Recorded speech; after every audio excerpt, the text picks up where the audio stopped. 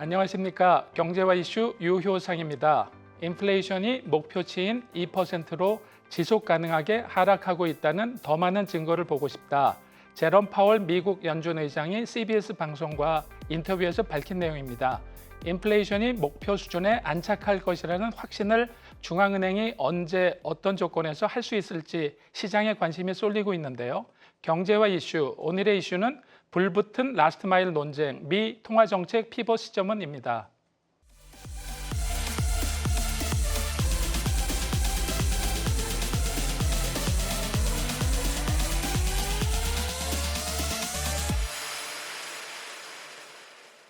(2024년) 미 첫 FOMC 회의 기준금리 동결, 3월엔 안 내릴 것.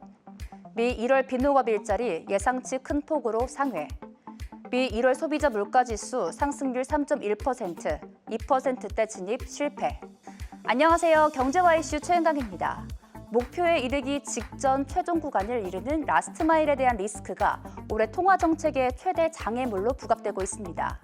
고물가의 마지막 국면에서 조기의 통화 정책 완화로 돌아섰다 물가 안정기 진입 자체가 무산되는 상황을 경계하는 것인데요. 미국 연준 위원들은 고금리에도 비교적 탄탄하게 경기가 지지되면서 추가 지표를 볼 여유가 있다라는 평가입니다. 실제적으로 미국의 1월 고용 지표는 빈농업 일자리가 전월 대비 35만 3천 건 증가하면서 작년 1월 이후 1년 만에 가장 큰 증가폭을 나타냈고 실업률도 3.7%로 3개월째 같은 수준을 유지했습니다.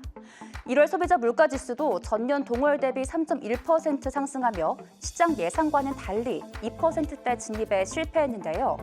글로벌 투자은행 대다수는 연준의 통화정책 전환이 늦어도 2분기부터 시작될 것이란 의견이지만 연준의 피봇 시점에 대한 불확실성은 더욱 커지는 분위기입니다.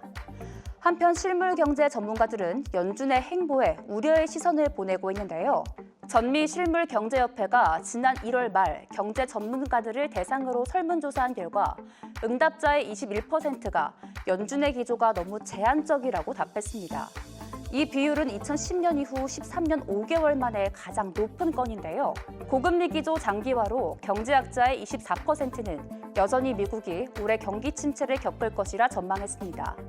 라스트 마일에 진입한 미국 통화정책, 연준 위원들은 언제쯤 물가 확신에 대한 목소리를 내게 될까요? 불붙은 라스트 마일 논쟁, 미 통화정책 피벗 시점은이라는 주제로 다양한 시선에서 말씀해 주실 전문가를 모셨는데요. 이윤수 서강대학교 교수님 함께합니다. 안녕하세요. 안녕하십니까. 최근에 우리나라에서 굉장히 이슈가 많이 되고 있는 분, 제롬 파월이라고 네. 국내에서는 모르시는 분들도 안 계실 것 같은데요. 작년 말부터 미국 금리가 언제 내릴 건지 계속 얘기를 하다가 얼마 전에 있었던 첫 번째 FOMC 회의에서 결국은 동결을 했고요.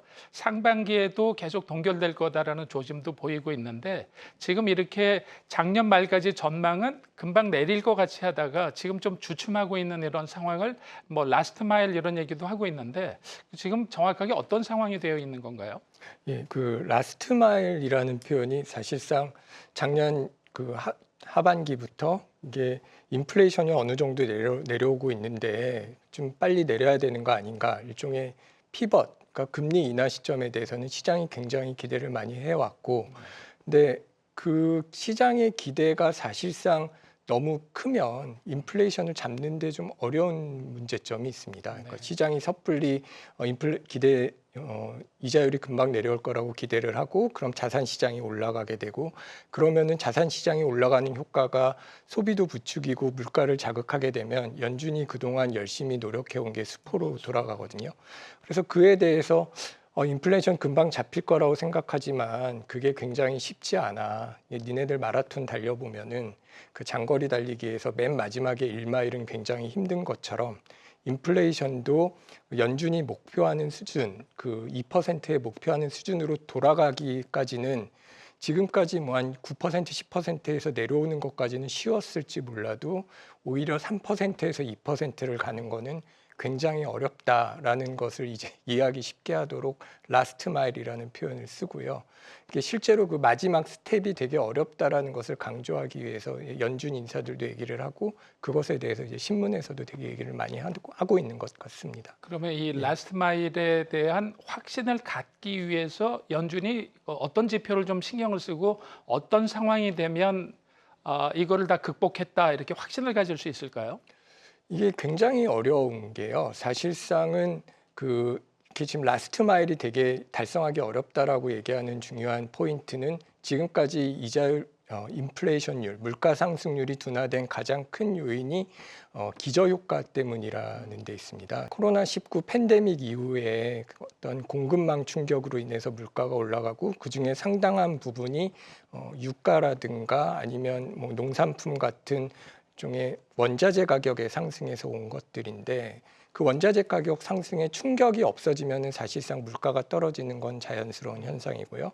그러면 그 물가가 떨어지는 현상들이 전반적으로 다른 경제에도 다 영향을 미칠 것이냐라는 측면에서 사실은 연준은 그러면은 지금까지 물가가 떨어지는 게 안정화될 것이냐는 것에 초점을 맞추고 지금 사실 연준이 늘 얘기하는 게 데이터 디펜던트, 그러니까 자료를 보고 판단하겠다라고 얘기를 했기 때문에 어떤 지금까지의 물가 상승이 둔화되고 물가 상승률이 저하되는 것이 지속적으로 이어지고요. 그러니까 지금까지 떨어지는 속도는 굉장히 만족스럽지만 뭐 더할 것도 없이 지금 정도로만 떨어지는 게 지속될 것이라는 확신을 좀 연준이 주로 보는 개인 소비자 지출이라는 지표가 있습니다. 네. 이제 PC라고 하는데 거기서도 유가라든가 아니면 좀 변동성이 큰 음식 관련된 것들을 제외한 근원 개인 소비자 물가를 중심으로 개인 소비 그 물가 지표를 중심으로 이 지금까지 내려오는 게 지속될 것이라는 확신이 들어야 될 거라는 생각이 들고요. 실제로 파웰 의장이 아까 말씀하셨던 것처럼 그 60분이라는 텔레비전의 프로그램에 나와서 한 말도 우리가 이자율 인하를 내리기 위해서 어떤 확신을 가지려면은 물가 상승률이 당연히 저하가 되고요. 그것을 이제 예측할 수 있어야 된다라는 말을 했습니다. 그런데 마지막으로 한 게 재밌는데요. 그 사람들이 더 이상 물가 인상에 대해서 신경을 쓰지 않아야 될 정도다. 완전히 잊어버리고 예. 화제에 안 올라가야 된다 이런 얘기를 했었던 것 그러니까 같아요. 이제 저 같은 거시경제학자들이 텔레비전에 많이 나오는데 사람들이 물가 인상에 관심도 없고 그런 거에 신경을 안 쓰는 상황이 되면은 물가가 어느 정도 안정이 됐다라는 생각이 들 거고요.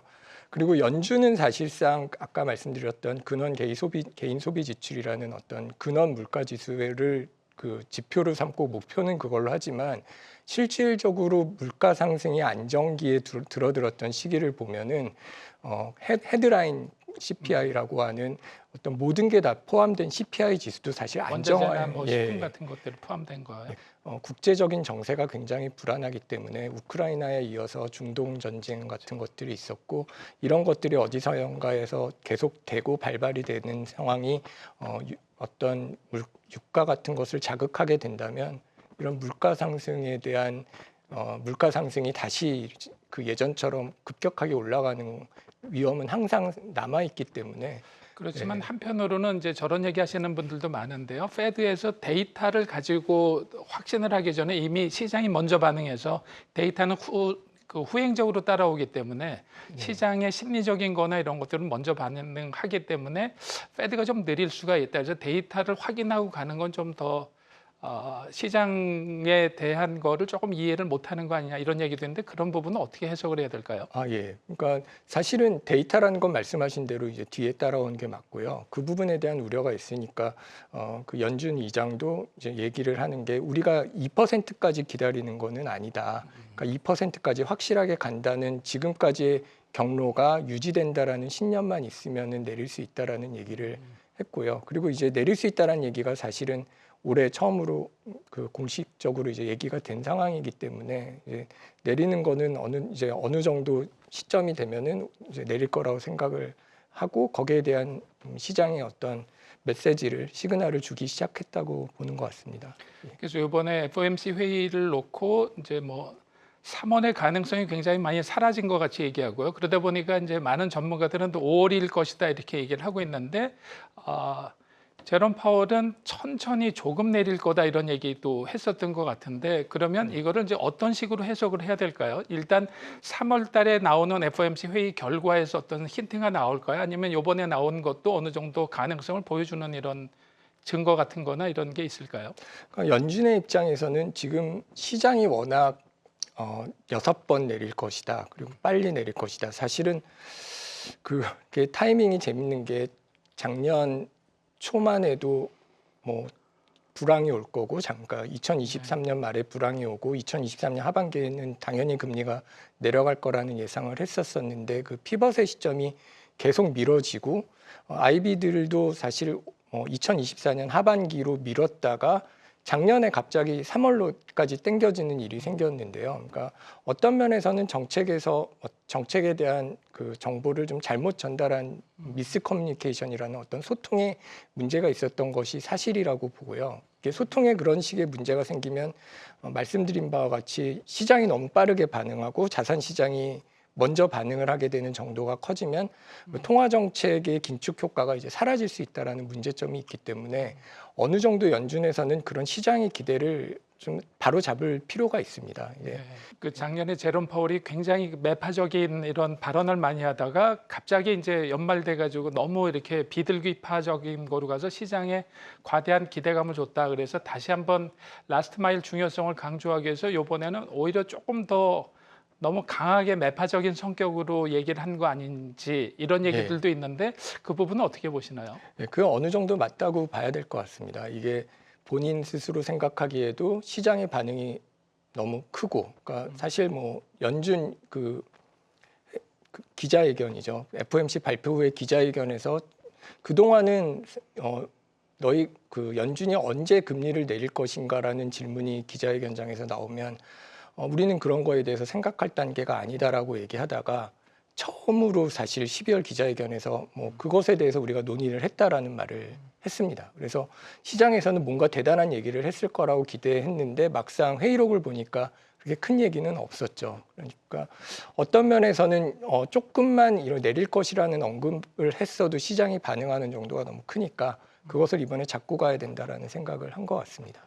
그래서 작년 말부터 이어지면서 연초까지는 그래도 이 달러 인덱스가 좀 떨어지는 듯한 분위기도 좀 있었고요. 미국 국채도 좀 떨어졌는데 다시 지금 리바운드해서 다시 좀 달러 강세하고 국채가 이렇게 되고 있는데 이 부분은 이제 3월이나 5월 달 가서 어느 정도 방향성이 잡혀야지 이게 다시 어느 정도의 윤곽을 잡을 수 있을까요? 지금 이렇게 다시 리바운드가 되는 건 어떤 현상으로 보시나요? 그거는 이제 그 3월에는 내릴 것이다라고 기대를 했던 사람들이 그것의 기대가 깨지니까 이게 올라가는 시점이 생각보다 미뤄졌다라는 것과 관련된 어떤 포트폴리오를 조정하는 시점이라고 봐야 될 것 같고요.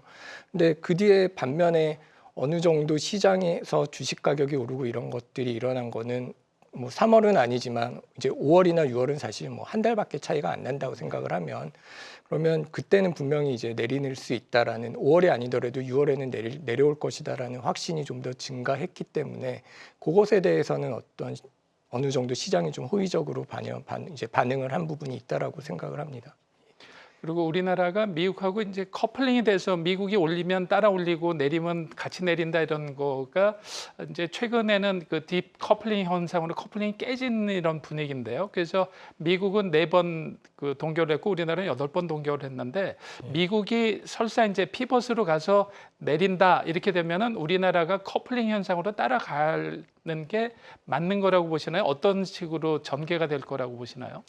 네, 그 부분은 사실상 우리가 디커플링이 된 시점에, 그러니까 연준은 4번밖에 동결 안 했지만 우리는 그 전부터 동결을 해왔지 않습니까? 그때 늘 나왔던 얘기가 아니 미국이 이렇게 올리는데 우리가 안 올리면 한미 금리 격차가 되게 커지는 게 아닌가에 대한 우려가 사실상 있었습니다. 그러니까 그럼 거꾸로 놓고 생각을 해보면 그때 우리가 못 올라갔기 때문에 금리 격차가 커진 것에 대한 우려를 한다면 어느 정도 미국이 먼저 내릴 경우에 우리가 따라서 내릴 것인가에 대해서 우리가 그동안 우려했던 금리 격차가 어느 정도 해소되는 시점까지는 오히려 기다리는 게 맞지 않을까라는 생각을 해볼 수 있을 것 같고요. 그 논리에서 그 이야기는 사실 우리가 먼저 올리기는 했지만 사실 미국만큼 이제 계속 더 올리지는 않았고요.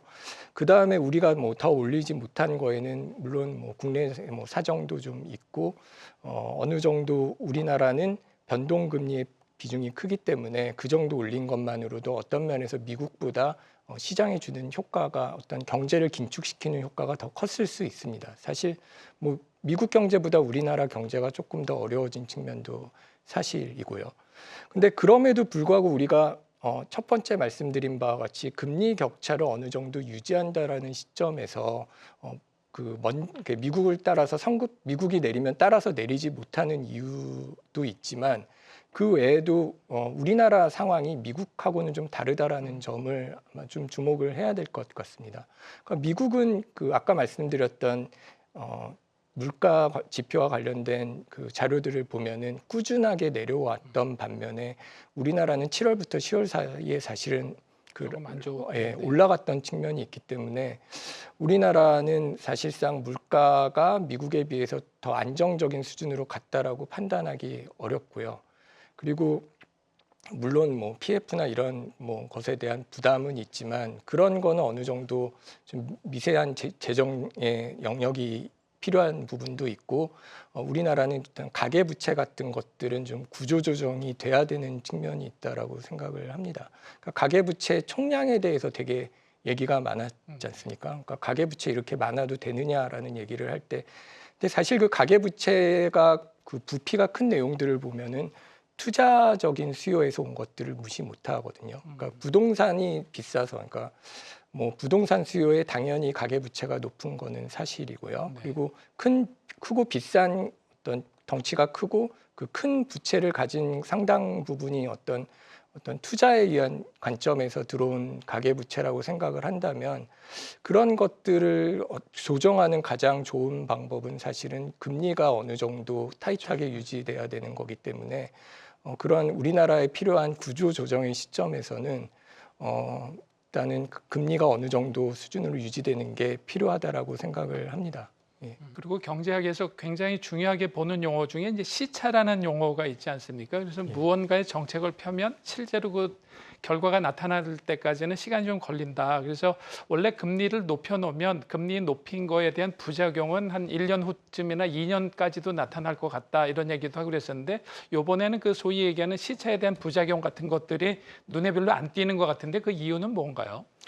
그러니까 그 부분이 굉장히 신기한 부분인데요. 사실은 어떤 금리를 이렇게 올리기 시작할 때 연준 의장이 얘기했던 부분도 노동시장이 망가져도 우리는 물가를 잡는 게 더 중요하다라는 얘기를 되게 강조를 했습니다. 사실 연준의 그 두 가지 목적은 하나는 노동시장의 안정이고 하나는 이제 물가 상승률을 잘 잡아서 미국의 어떤 통화 가치의 안정성을 확보하는 건데 보통 이렇게 금리를 급격하게 오르면 시장이 당연히 망가질 거라고 생각하고 실업률도 올라갈 것이다라는 예측을 누구나 했고요. 그게 저희가 그 경제학에서 배운 내용이고 시장에서도 그렇게 기대를 하는 부분이라서 작년 하반기에는, 그러니까 작년 초에 사람들이 생각하기에는 2023년 하반기에는 분명히 경제가 망가지고 불황이 올 거다라는 생각을 했는데 노동시장이 굉장히 좋게 갔다라는 거죠.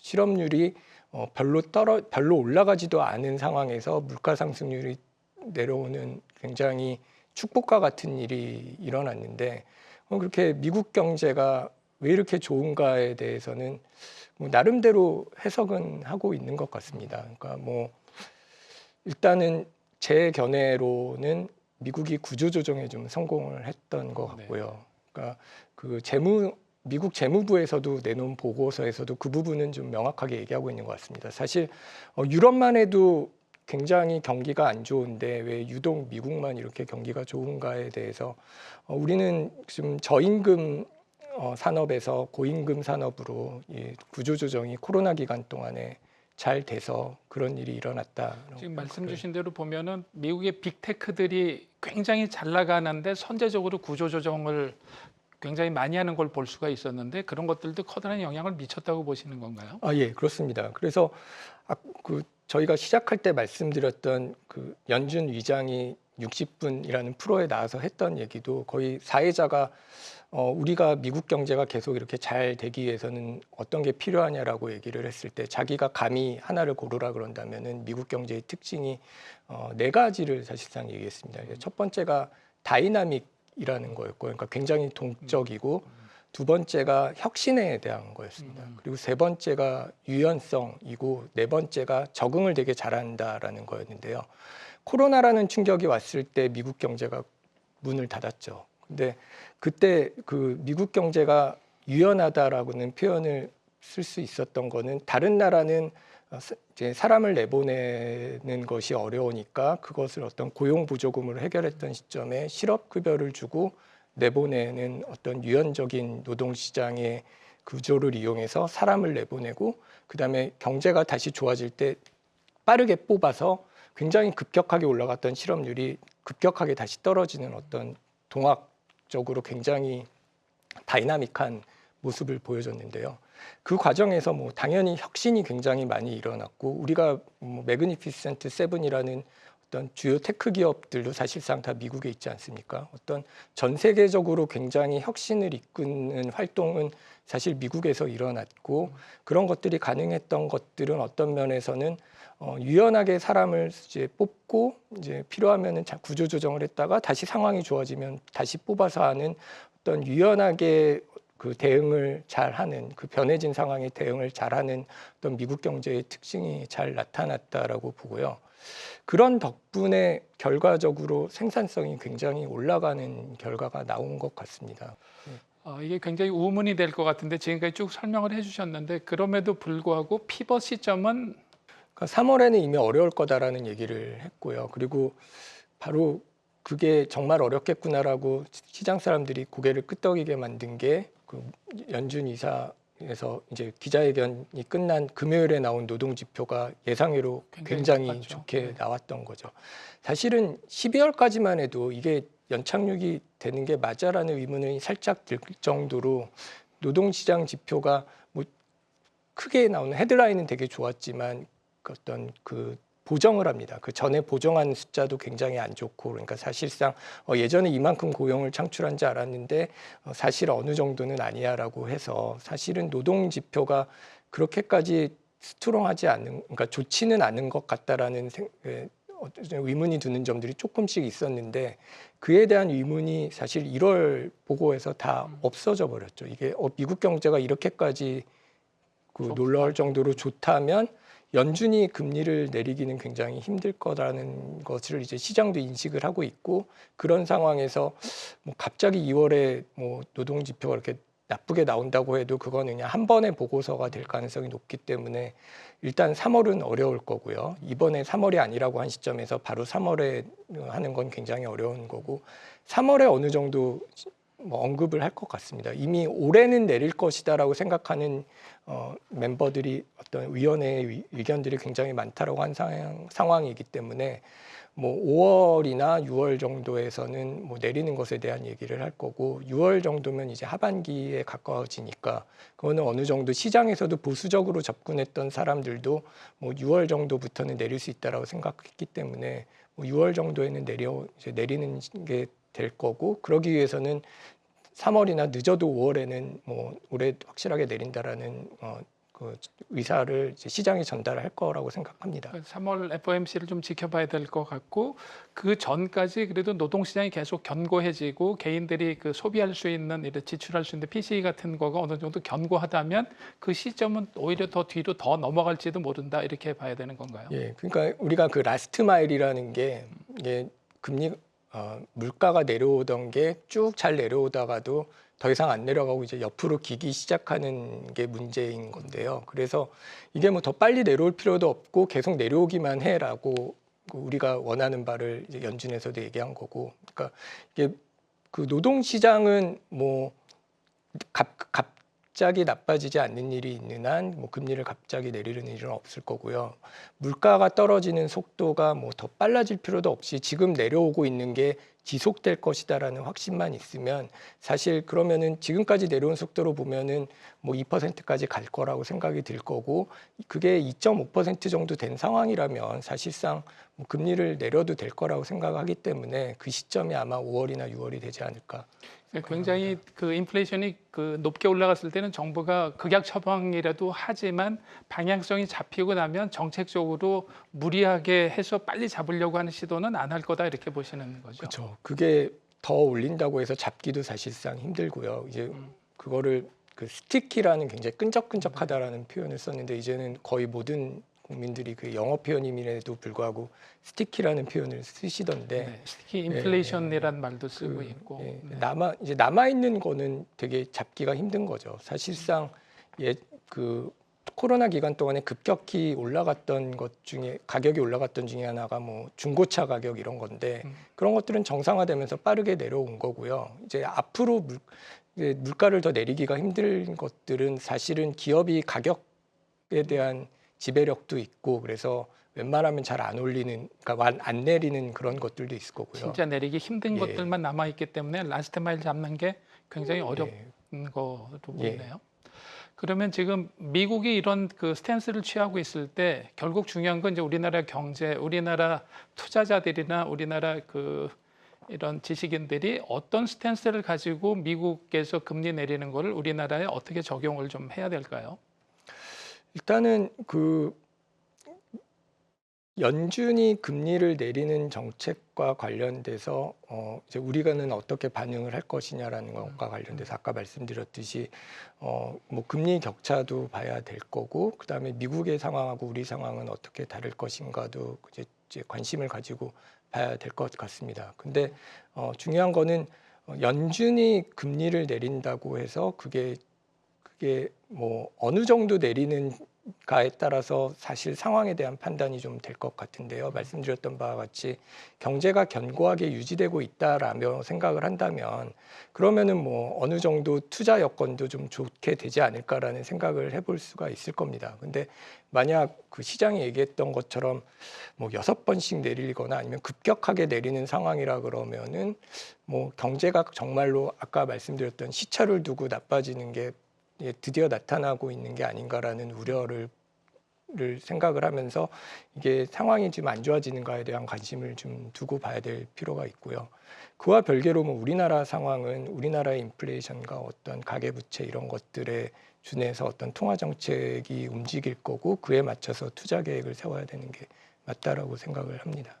불붙은 라스트 마일 논쟁 미 통화 정책 피벗 시점은이라는 주제로 목표 물가 달성까지의 최종 구간에서 봐야 할 다양한 변수들과 미국 통화 정책 예상 행보를 진단해 봤는데요. 차별화된 인사이트를 주신 이윤수 교수님께 다시 한번 감사드립니다. 감사합니다. 감사합니다.